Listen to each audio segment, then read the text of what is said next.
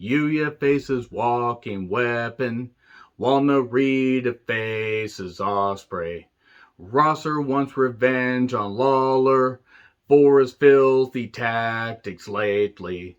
And then Okada faces Matthews. He's not just your buddy pal. But Osprey wants his shot in the dome and says, I'll face either you or Shingo.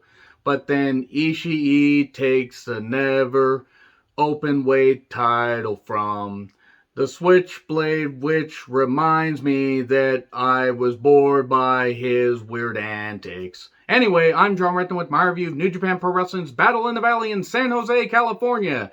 Couldn't finish that song very strong, could I? Anyway, this show featured talents from New Japan Pro Wrestling, the New Japan Strong roster, and a couple guest stars from Impact Wrestling. And despite any issues I had with a couple matches on this show, there was some hard-hitting action, and they did build up to something that will be happening on Wrestle Kingdom Night 2, Electric Boogaloo. 3 nights of Wrestle Kingdom, 2 in the Dome, and then 1 on January 8th. Seriously, as soon as it's going to be what week is Wrestle Kingdom? What month is Wrestle Kingdom?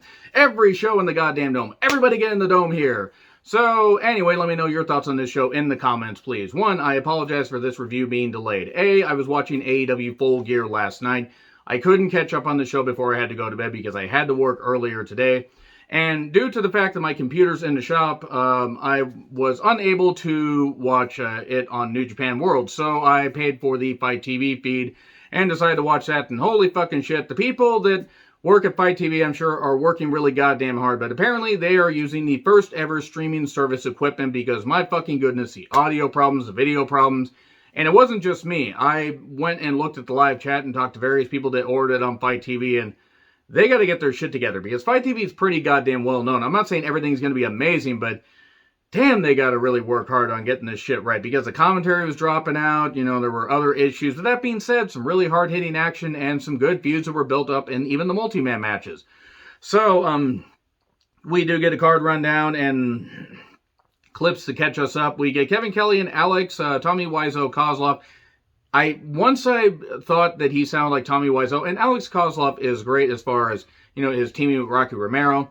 He does provide a great, you know, like the former wrestler turned commentator. He provides that great feel, like where he knows how it is inside the ring. And Kevin Kelly's a tremendous play-by-play caller. But once I, you know, got it in my head that it's Tommy Wiseau's voice, I can't fucking unhear it, no matter how hard I try. So, Yuya Uemura took on Josh Alexander, the walking weapon. Well, Yuya Uemura's out on excursion. He says, I want competition, then gulp. Josh Alexander, by the way, should be the Impact World Champion. And while I have not kept up on a ton of Impact, Josh Alexander is a better person to prop up as the head of your company as opposed to the current World Champion. Don't worry, I'll get to that. Walking weapon chance. And Josh had the power edge. Of course, we did get side headlock city for a while because they're building up and everything. Yuya has really improved since coming out, going out on excursion. Josh gets cocky. Beautiful, like Northern Lights variations and Germans and stuff like that. A beautiful German bridge a bit later. We get a nice back suplex, cross arm breaker. Yuya was really showing off here. Hit 2 drop kicks. But then eventually he got locked in the ankle vice. He had his leg work on and everything, and he had to tap out. And then applause for Yuya, while Josh Alexander, the talent that he is, getting a round of applause. I will say that venue was nowhere near full, and I think that venue only holds about 2,000, maybe 2,200 people. And it's kind of sad they weren't able to sell that thing out. Really not a great shine example of New Japan Strong Rock. I mean, I know they just started getting fans back and everything, and this whole thing started during the pandemic, but they have some talent. I'm not saying they have like amazing star power up and down the card, but they have hardworking talent, and the fact that they can get fans to turn out in San Jose, which, California in general, I mean, California wrestling, the scene, I mean, all the way back in the territories, and there should be a strong contingent of people that want to see this. I hope that the venue was fuller than it sounded, because there were times where it sounded a little bit hollow. But then we get Mysterioso and Bateman versus Brody King and Chris Dickinson. The Stray Dog Army and Violent something. I'm not up on my New Japan Strong... Violence Unlimited, I think is what it is. I'm not fully up on my New Japan Strong storylines and everything. Forgive me. I watch what I can. I'm not able to review because I'm reviewing too much as it is and working full time. But I have seen this Bateman a little bit. He's unique. Brody King, fucking tremendous. Got to see him at a few indie shows. Chris Dickinson is great. Just great as far as like his look and everything, and just his fire. So it was just a slugfest. That's all it was. These guys have been feuding for a while. I will say that this match did kind of break down at the finish because after a hot tag to Chris Dickinson, he hit a frog splash, hurt his leg. I don't know if he hurt his hamstring or what. He hurt himself. And Mysterioso does a dive, a moonsault outside, and then Bateman covers Dickinson 1, 2, 3 because he can't get up. He's hurt. I don't know if it's his hamstring. I don't know if he hit his coccyx. I don't know if he suffered. I don't know what the deal is because he was laying flat. He was laying absolutely flat. Like he tore something or whatever. It'd be unfortunate regardless. Hopefully it's a stinger. Hopefully it's nothing major. But they brought a stretcher out for him. So Bateman and Mysterioso get the victory. Hopefully Chris Dickinson's going to be all right. So we get a 10-man tag because everybody needs to get on the card here. In all seriousness, looking at this and looking at the core story, they had it made sense why they did this as a way to continue the feud while giving the baby faces a little bit something. Fred Rosser, Davido Finlay, Rocky Romero, Alex Coughlin, who looks like a 1930s strongman. I can't get over that, and I mean that with respect because the guy's got a fucking tremendous look. And Alex Zane, fresh off of his brief stint in WWE, they really fucking utilized him bad. I mean, I'm actually amazed they signed him, not because he doesn't have the talent, or not because he's not talented enough to be there. I felt they wouldn't know what to do with him, and they really fucking didn't. And I met him at a couple of indie shows, and the guy's fucking tremendous. And the guy has continued to rise. He's doing great stuff on New Japan Strong. It's funny, because he was on New Japan Strong television, I think, like in December of last year. Now he's back on. It just, God, it's so fucking ridiculous. They took on Team Filthy, which is Filthy Tom Lawler, J.R. Kratos, Danny Limelight, who I love. Danny Limelight's fucking great. He's great on AEW television. Great when I saw him on Primetime Live a little bit. And great here. And, you know, NWA. He's been great regardless. Danny Limelight, fucking great shine example. Royce Isaacs and Jarrell Nelson. So basically, it was just all about... I don't know why they bothered having just one referee. They need about 5 referees. Here, I don't need 1. I need 5. Lawler, I fucking love Lawler. Tom Lawler's just goddamn great. He really is. Because, you know, just thinking about, you know, the disciplines he trained from MMA and then coming here and just being so great at professional wrestling. He really is. He's really goddamn good. It was all about Lawler and Rosser because Rosser has, you know, he's clean shaven and everything. Oh no, what the hell happened? No days off and no hair on his head.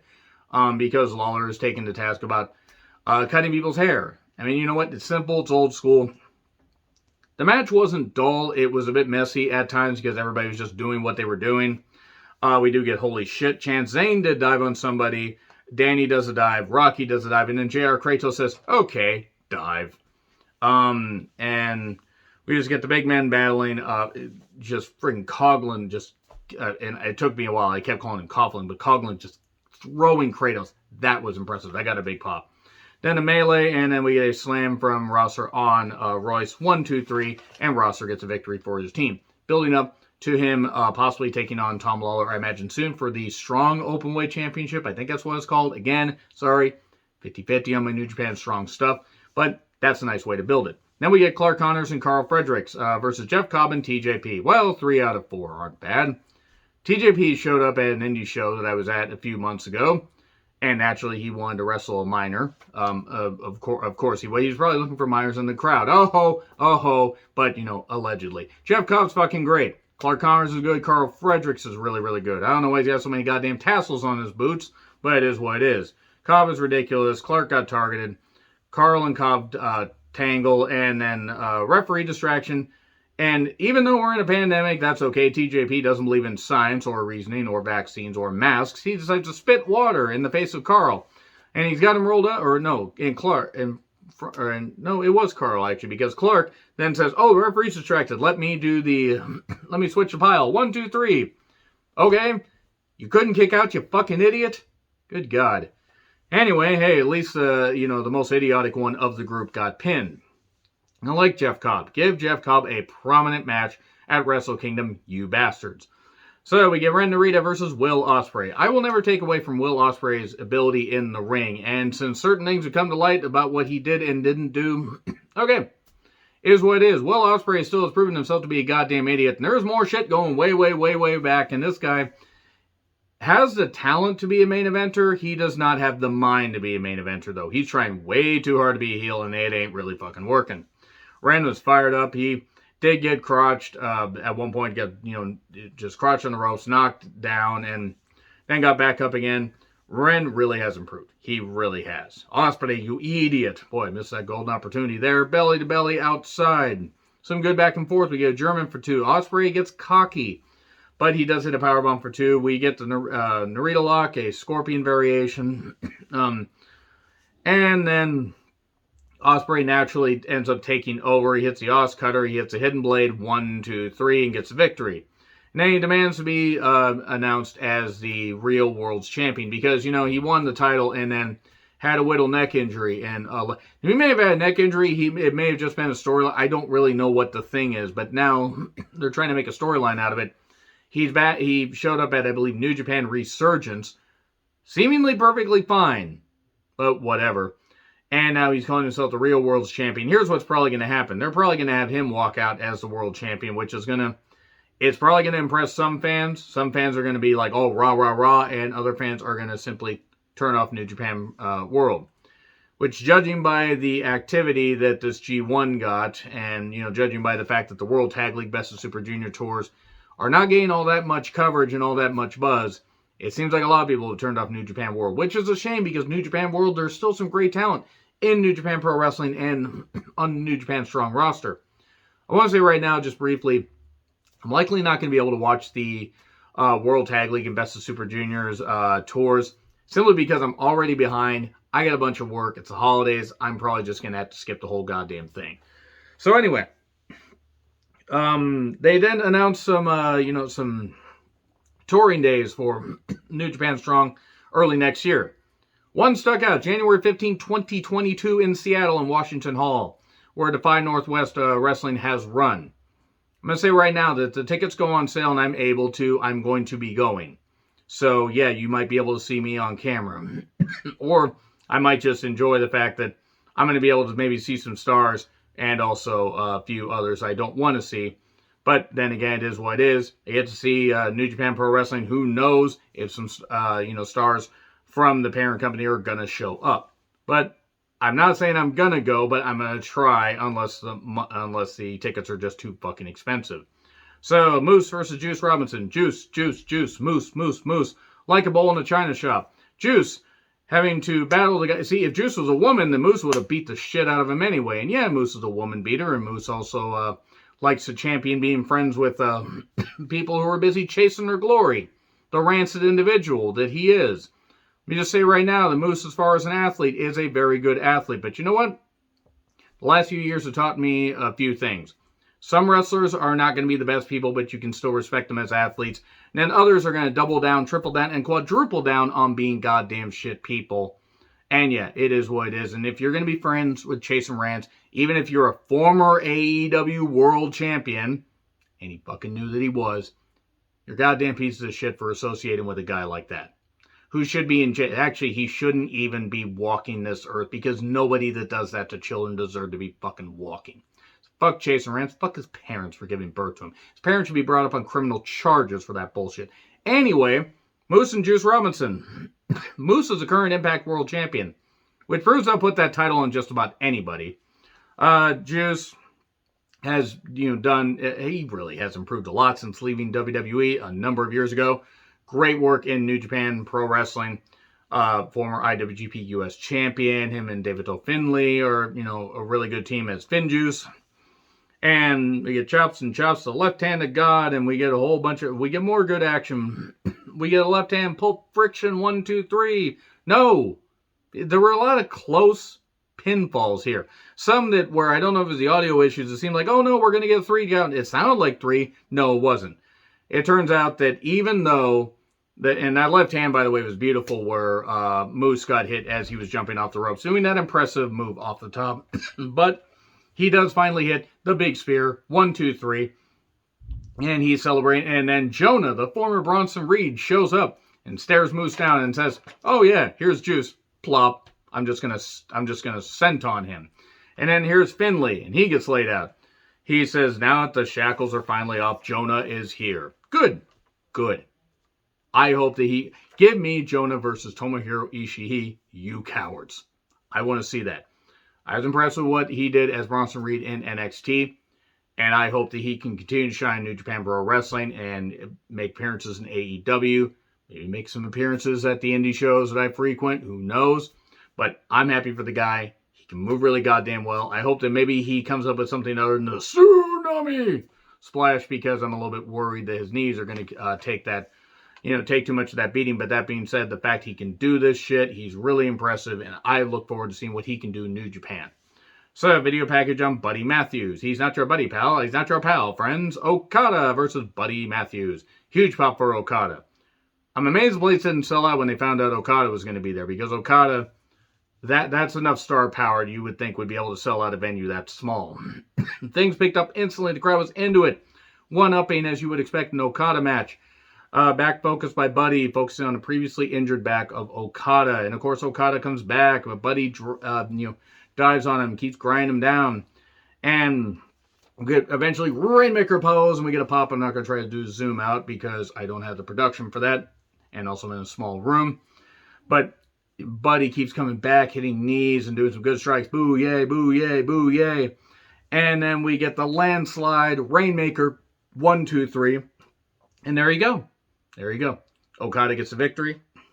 Get a handshake. Osprey shows up and basically says, hey, I want to face either you or Shingo. You should challenge me. Okada's like, I'm not challenging you. You challenge me. Because Okada's the star, Osprey. You're all the way down here, you fucking idiot. And he says, I will make it rain in the Tokyo Dome. I'm afraid they're going to give it the title to Osprey, and it's not going to work out. Tomohiro Ishii versus Jay White for the Never Openweight Championship. If Tomohiro Ishii loses, he can no longer challenge for the Never Openweight title. I was a little bit worried that they were going to keep the title on Jay White. And look, Jay White is a very good athlete. I know that people like Jay White. Here's the thing. I get bored by him. He bores me a lot. Can he do good stuff? Yes, he can. He still bores me. Was this match bad? No. They've had better matches. But this certainly didn't need to be almost 30 pissing minutes. I know it's the main event, but this could have been 18. No other match went past like 16 minutes. You could have made this a couple extra minutes and done what you done. But it was what it was. It seemed like, Jay might get the victory. He kept trying to go for Blade Runner, and nobody's kicked out of that. No, I mean, at least very few people have kicked out of it. They've really protected that finisher. But eventually, vertical drop Rainbuster, 1, 2, 3, and Tomohiro Ishii gets the victory. Again, it was a match that went too long. It wasn't bad, and if I'm going to critique AEW for having matches go way too long on their most recent pay-per-view, aka Full Gear, then I got to critique when New Japan makes matches go long for the sake of it. You don't really need to do that. That being said, not a bad show. Certainly going to be interesting to see what Tomohiro Ishii does as the Never Openweight Champion. He's probably going to lose it to Jeff Cobb inside the Tokyo Dome. Fuck it, give me that. Put Jonah in there. Give me a 3-way. That came out a lot worse than I expected. That being said, though, still pretty damn good show as far as like in-ring action. But yeah, the production flummoxes were a little bit annoying on Fight. That is what it is, though. Them's the break. Still got to enjoy the show. Let me know your thoughts in the comments. Like, share, subscribe. Twitter handle in the description. I'm John Retlin. I'll see you soon.